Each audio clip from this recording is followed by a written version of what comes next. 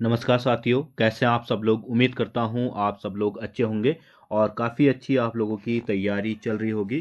तो स्वागत है आपका हमारे यूट्यूब चैनल की एक और वीडियो में। तो देखिए, हमारी एक सीरीज चल रही थी जिसके अंतर्गत हम उत्तराखंड परीक्षावाणी के प्रैक्टिस सेट की जो है यहाँ पे तैयारी कर रहे थे और उसके जितने भी सवाल हैं उनका प्रैक्टिस के साथ साथ उन पे गहन चर्चा भी कर रहे हैं।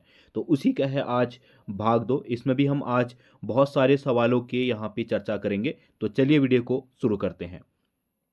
तो आज की वीडियो का पहला सवाल है, उत्तराखंड का मुख्यमंत्री संविधान के किस अनुसूची के तहत पद एवं गोपनीयता की शपथ ग्रहण करता है। तो देखिए, उत्तराखंड ही नहीं, देश के सभी राज्यों के जितने भी राज्य हैं, ठीक है, सभी राज्यों के मुख्यमंत्री जो हैं जब भी शपथ ग्रहण करते हैं तो वह एक अपनी सब अपने पद की गोपनीयता की शपथ ग्रहण करते हैं। ठीक है, पद एवं गोपनीयता की जो है शपथ ग्रहण करते हैं और वह करते हैं अनुसूची 3 के अनुसार। ठीक है, अनुसूची 3 के तहत ये अपने पद एवं गोपनीयता की शपथ ग्रहण करते हैं।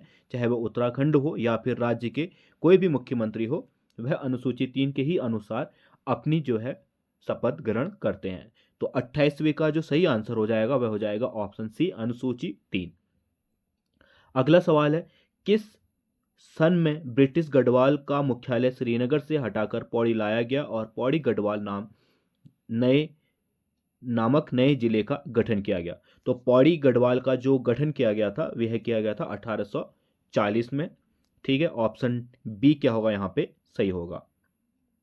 अगला सवाल है, उत्तराखंड से राज्यसभा में निर्वाचित पहली महिला हैं। तो देखिए, ड्राफ्टमैन 2023 में आ रखा है, इंपॉर्टेंट सवाल है। तो उत्तराखंड राज्यसभा में निर्वाचित पहली जो महिला थी वह थी मनोरमा शर्मा डोबरियाल। ठीक है, ऑप्शन बी क्या होगा इसका सही होगा। अगला सवाल है, सूची 1 को सूची 2 से सम्मिलित करते हुए उपयुक्त विकल्प को चयन कीजिए। तो यूके ट्रिपल एस सी में इस तरीके से सवाल आपको बहुतायत से दिखेंगे। यूके ट्रिपल एस सी इस तरीके से सवाल बहुत पूछ रहा है आजकल। तो इन सवालों में बहुत आसान भी है, क्योंकि अगर आपको 4 ऑप्शनों के बारे में पता नहीं है, सिर्फ 2 ऑप्शन भी आपको पता है, तो आप जो है ऑप्शनों में से देख के उसको सही आंसर बता सकते हैं। ईजी भी है, और परंतु सवाल बहुत लेंथी है, इस कारण बच्चे थोड़ा परेशान हो जाते हैं या फिर थोड़ा कन्फ्यूजन में आ जाते हैं।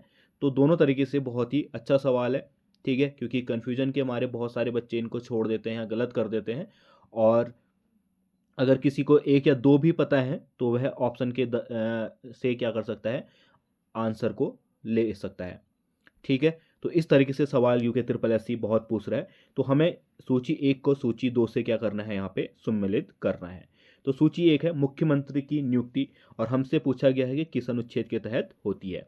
तो अगर बात करें मुख्यमंत्री के नियुक्ति की, तो मुख्यमंत्री की जो नियुक्ति होती है वह होती है हमारा 164 अनुच्छेद के तहत, यानी कि तीसरे पहले का तीसरा। ठीक है, और महाधिवक्ता, जो प्रत्येक राज्य का एक महाधिवक्ता होता है, उसकी नियुक्ति होती है हमारा 165 के तहत।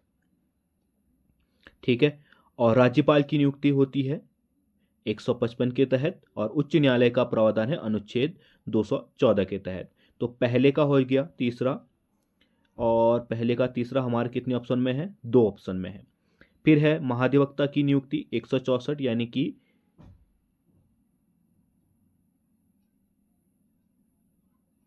165, सॉरी 164 नहीं, 165 पहला। पहला किस ऑप्शन में है, पहले ऑप्शन में, यानी कि हमारा जो है इसका सही आंसर कौन सा हो जाएगा, पहला। फिर है अगला सवाल, उत्तराखंड राज्य में लोकसभा एवं राज्यसभा की सीटें क्रमशः है। तो उत्तराखंड में लोकसभा और राज्यसभा की सीटों की अगर बात करें तो इनका बंटवारा क्या है, 5 है हमारी लोकसभा की और 3 है हमारी राज्यसभा की सीटें। ठीक है, तो ऑप्शन सी क्या होगा यहाँ पे सही हो जाएगा, 5 और 3। उत्तराखंड राज्य का उच्च न्यायालय किस जिले में अवस्थित है। तो उत्तराखंड राज्य का उच्च न्यायालय जो है कहाँ पे अवस्थित है, हमारा नैनीताल में। ठीक है, हमारी झीलों की नगरी नैनीताल में ही उच्च न्यायालय, बहुत ही पुराना उच्च न्यायालय है, 100 साल से ऊपर इसको क्या हो गए हैं, समय हो गया है। ठीक है, और हाल ही में एक नए जो उच्च न्यायालय है वह हल्द्वानी में अब क्या कर हो रहा है, हल्द्वानी में नए उच्च न्यायालय का निर्माण किया जा रहा है। अगला सवाल है, उत्तराखंड विधानसभा के सदस्यों के संदर्भ में दिए गए कथनों में से सही कथन का चुनाव कीजिए। तो हमारे पास 4 कथन दिए गए हैं, हमने बताना है कि इन कथनों में से जो है सही कथन कौन सा है। ठीक है, तो लोकसभा विधानसभा के बारे में हमसे पूछा गया है, विधानसभा के संदर्भ में ही बताना है।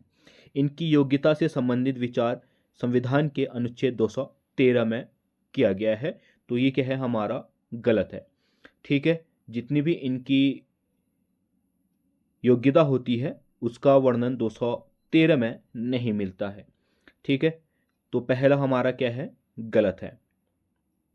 ठीक, अब विधानसभा होती क्या है, विधानसभा का जो गठन है वह क्या किया जाता है, अनुच्छेद 170 के तहत जितने भी राज्य के वयस्क मताधिकार हैं उनके द्वारा चुने गए सदस्य ही क्या बनाते हैं, विधानसभा गठित करते हैं। ठीक है, विधानसभा का निर्माण किसके द्वारा होता है, विधानसभा का निर्माण होता है जो राज्य की जनता है उनके द्वारा चुने गए जितने भी सदस्य हैं उनके द्वारा। ठीक है, और अगर बात करें विधानसभा में अधिकतम जो सदस्यों की संख्या है वह कितनी है, 500, अधिक से अधिक 500 होंगे और कम से कम 60 सदस्य होने ही चाहिए किसमें, विधानसभा में। ठीक है, पहला हमारा ऑप्शन गलत है, अनुच्छेद 213 में ना होके योग्यता किस में है, 173 में है।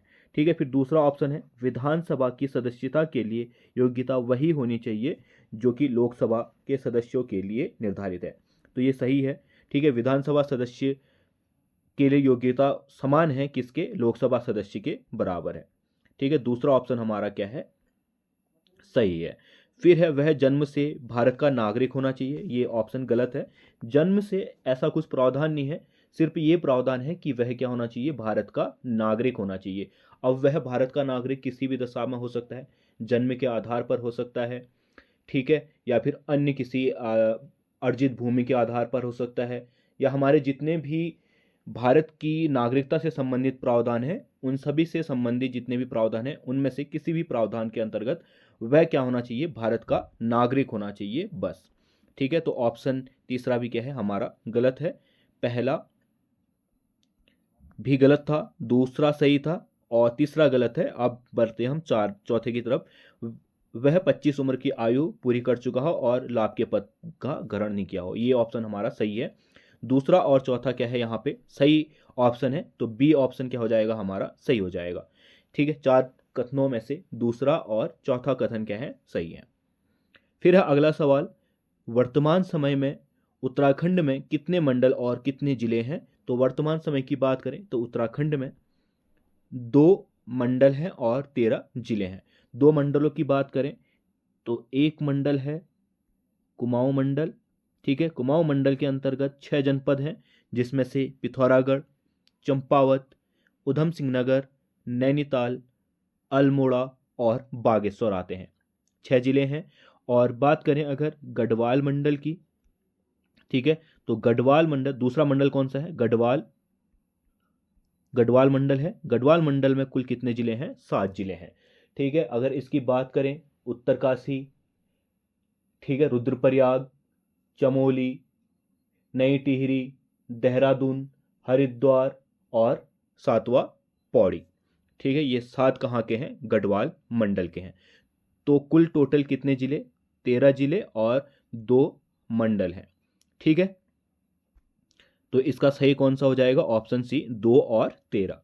फिर अगला सवाल, निम्नलिखित में से कौन सा अधिकारी राज्यपाल के प्रसाद प्रयत्न पद धारण करता है। मुख्यमंत्री गलत है, क्योंकि मुख्यमंत्री जो है वह राज्यपाल नियुक्त करता है, ना कि उसके प्रसाद प्रयत्न होता है। ठीक है, तो इसका सही आंसर है हमारा ऑप्शन डी, महाधिवक्ता।